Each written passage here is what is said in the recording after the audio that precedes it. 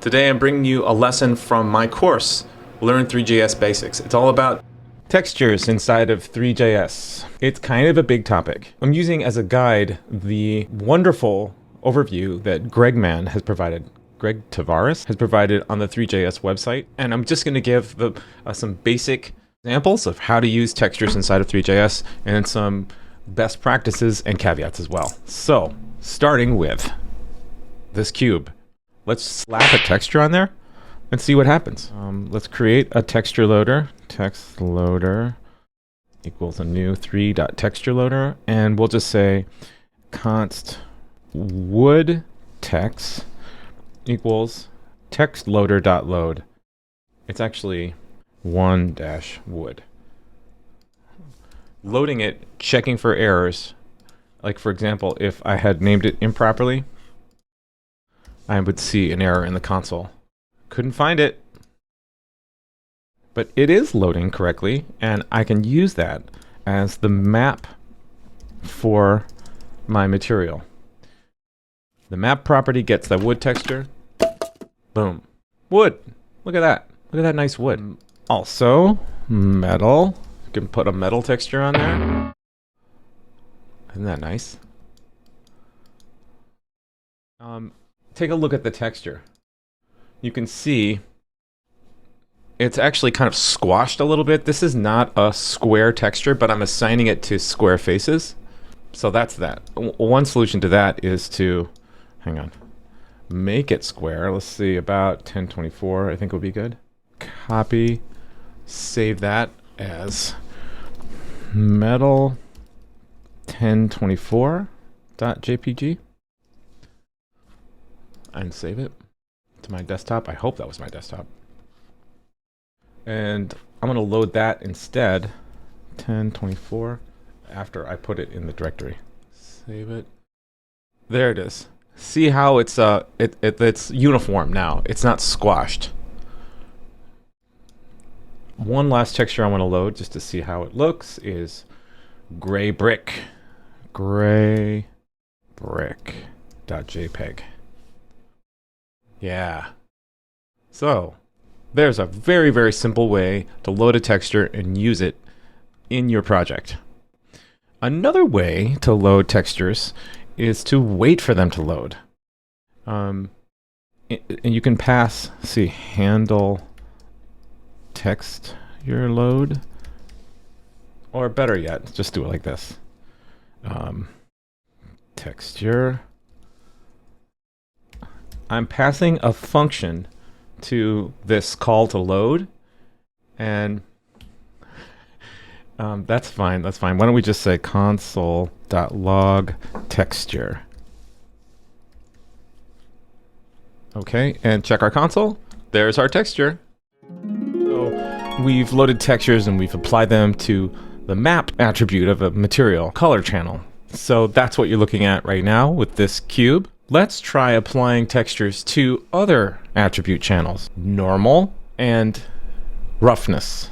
Check out the section on materials to learn more about what these attributes are. For now, we're just going to see what they look like. Let's change the geometry to a torus knot. Boom. So we're loading this uv.jpg texture.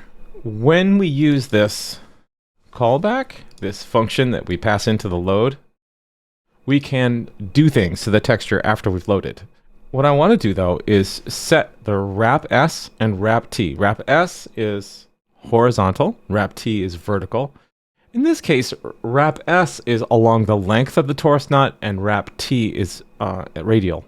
This is the default, is kind of stretched out, but if I set the lengthwise repeat to 6, they're almost looking like a grid now, a nice grid. I'll set it to 8.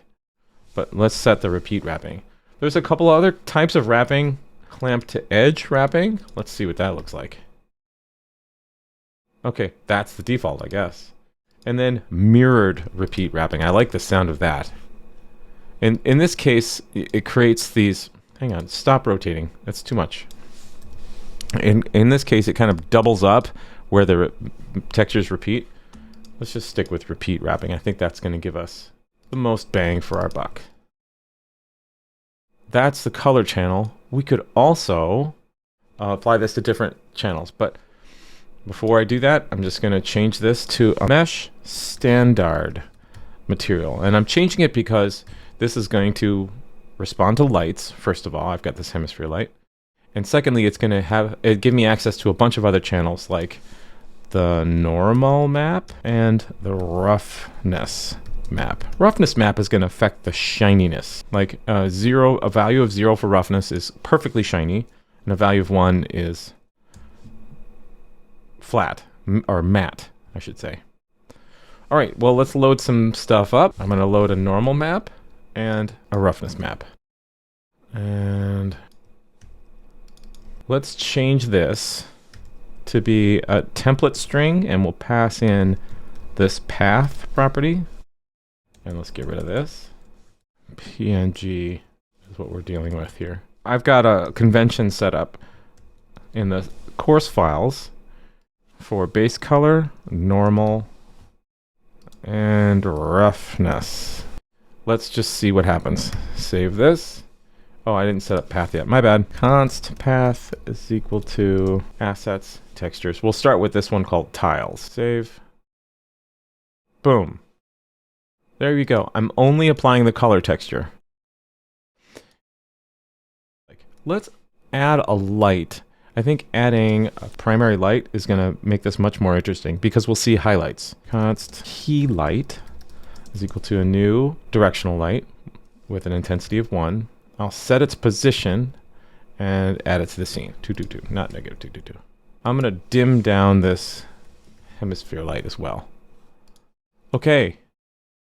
And just to see that highlight, roughness is 0. Now we should be able to see that shininess. Isn't that nice?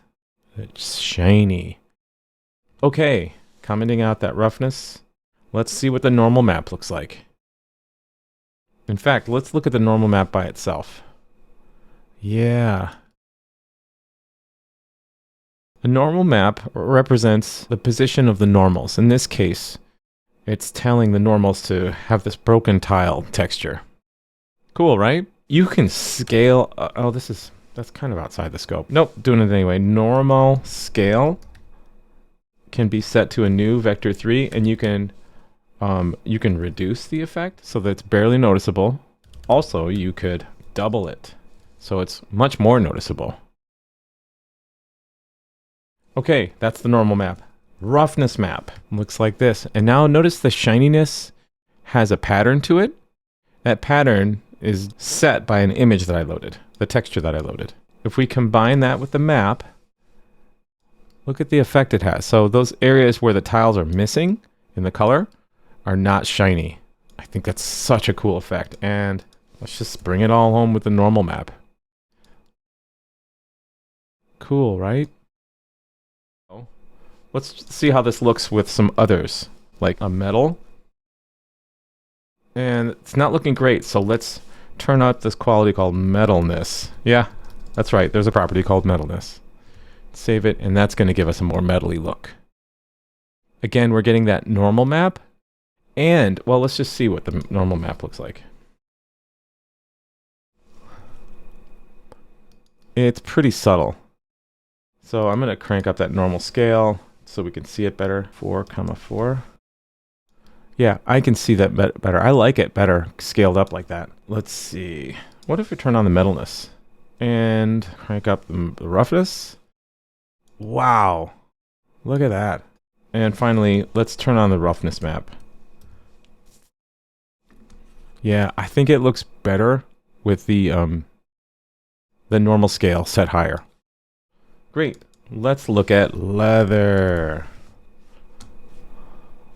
Oof. Let's turn down the normals. Oh, isn't that nice? And turn off the metalness. It's a leather texture. It's a leather texture. Yeah, tweak to your liking. Let's turn this up to 2,2. Let's just double the normal scale to really emphasize that texture. Isn't that lovely? Let's turn off the roughness map, kill the metalness and the map, so we're just looking at the normals now. And add the roughness map. Yeah, there we go.